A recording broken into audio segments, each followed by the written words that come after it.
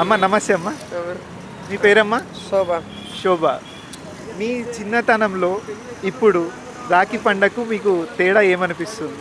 ఇప్పుడైతే తేడానే ఉంది సార్. అప్పుడంటే మాకు మస్తు సేల్ అవుతుండే. ఓకే. మంచిగా ఉండే గిరాకీ. ఇప్పుడు అంత గిరాకీ లేదు, ఎందుకంటే చుట్టుపక్కల అన్ని దుకాన్లు పడ్డాయి కదా. అట్లా అని మాకు అంత సేల్ లేదు. లేకుంటే మేము మా సేల్ మంచిగా అవుతుంది, ఎందుకంటే మా ఇక్కడివి కాదు రాఖీలు. అంత అక్కడ బయటిది కలకత్తాది ఉంటుంది అన్నమాట. ఇక్కడ మాల్ ఉండదు. మళ్ళీ మా పాత గిరాకీ మా దగ్గరికి వస్తుంది. పండగ గురించి మీకు ఏమనిపిస్తుందమ్మా? అంటే మీకు అన్న గాని తమ్ముడు గారు ఉన్నారు, అన్నదమ్ముళ్ళు లేరు నాకు. మీరు ఎవరికి రాఖీ కట్టరా? ఎవరికి కట్టాను నేను. ఇక నాకున్న 2 అన్నలు ఉండే బొంబాయిలో చచ్చిపోయాను. ఓకే. అప్పుడు ఉన్నప్పుడు చేసుకుంటారు. అప్పుడు ఉన్నప్పుడు పంపిస్తుంటే నేను. ఓకే. మీరు వెళ్ళకుండా అక్కడ పంపించి పంపిస్తుంటే ప్రతిసారి పంపిస్తుంటే రాఖ్యాలు. ఓకే ఇక అమ్మా. ఇప్పుడు ఎవరు లేరు కదా, ఇక పంపించగా నాకు ఇక దుఃఖం మీదనే సరిపోతుంది సార్ నాకు. ఎన్ని రోజుల నుంచి చేస్తురమ్మా ఇది?